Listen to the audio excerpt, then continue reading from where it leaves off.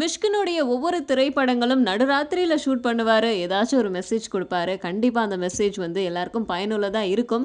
இருந்தாலும் அவருடைய படங்கள் அந்த அளவு வந்து எல்லா ஆடியன்ஸையும் ரீச் பண்ணல அப்படிங்கிறது தான் உண்மை. அப்படி இருக்கும்போது அவருடைய லாஸ்ட் திரைப்படம் ஓநாயும் ஆட்டுக்குட்டியும். அந்த திரைப்படமும் கூட தரமா தான் இருந்தது. ஆனா நெறைய பேர் இடத்துல அந்த படம் போய் சேரல அப்படிங்கிற ஒரு மன கஷ்டத்துல அவர் இருந்தாரு. எல்லா நம்பிக்கையும் இல்லாத இருக்கும்போது அவருக்கு கை தூக்கி விட்டவர் பாலா அப்படின்னு அவரே சொல்லியிருக்காரு. ஏன்னா பாலாவுடைய தயாரிப்புல இப்போ பிசாசு அப்படிங்கிற திரைப்படத்தை வந்து எடுத்துட்டு இருக்காரு நம்ம மிஷ்கின். அந்த படத்துல நாகா அப்படிங்கிறவரு ஹீரோவா பண்றாரு. பிரயாகா அப்படிங்கிற பொண்ணு தான் வந்து ஹீரோயினா பண்றாங்களாம். இந்த பிரயாகா அப்படிங்கிற பொண்ணு இந்த படத்துக்காக ஏகப்பட்ட உழைப்புகளை வந்து கொட்டி இருக்காங்க. அது மட்டும் இல்லாம முக்கியமா சொல்ல போனோம் அப்படின்னா 70 அடி உயரத்துல அந்த பொண்ணை வந்து கயிறு கட்டி தொங்க விட்டு இருந்தாராம்.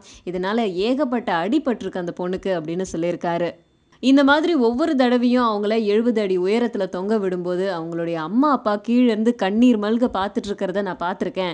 ஏன் அவங்க அவ்வளோ தூரத்துலேருந்து கீழ விழும்போது நானே கூட அந்த காட்சிய பார்க்க மாட்டேன். அப்படி பார்த்தேனாக்கா என்னால அந்த படத்த பண்ண முடியாது அப்படின்னு சொல்லியிருக்காரு மிஷ்கின். ஸோ இந்த மொத்த படத்தையும் அந்த பொண்ணுக்கே சமர்ப்பணம் பண்ணணும் அப்படின்னா கூட நான் ரெடியா இருக்கேன் பண்றதுக்கு. ஏன்னா அந்த பொண்ணு அவ்வளோ ஹார்ட் ஒர்க் பண்ணியிருக்காங்க இந்த படத்துக்காக அப்படின்னு சொல்லியிருக்காரு.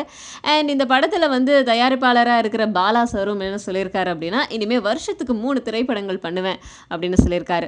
ஒரு திரைப்படம் வந்து டைரக்ட் பண்ணாலும் 2 திரைப்படங்கள் வந்து நான் தயாரிப்பேன். யார்கிட்ட திறமை இருந்தாலும் கண்டிப்பா அந்த படத்தை தயாரிக்கிறதுக்கு நான் முன் வருவேன் அப்படின்னு சொல்லியிருக்காரு.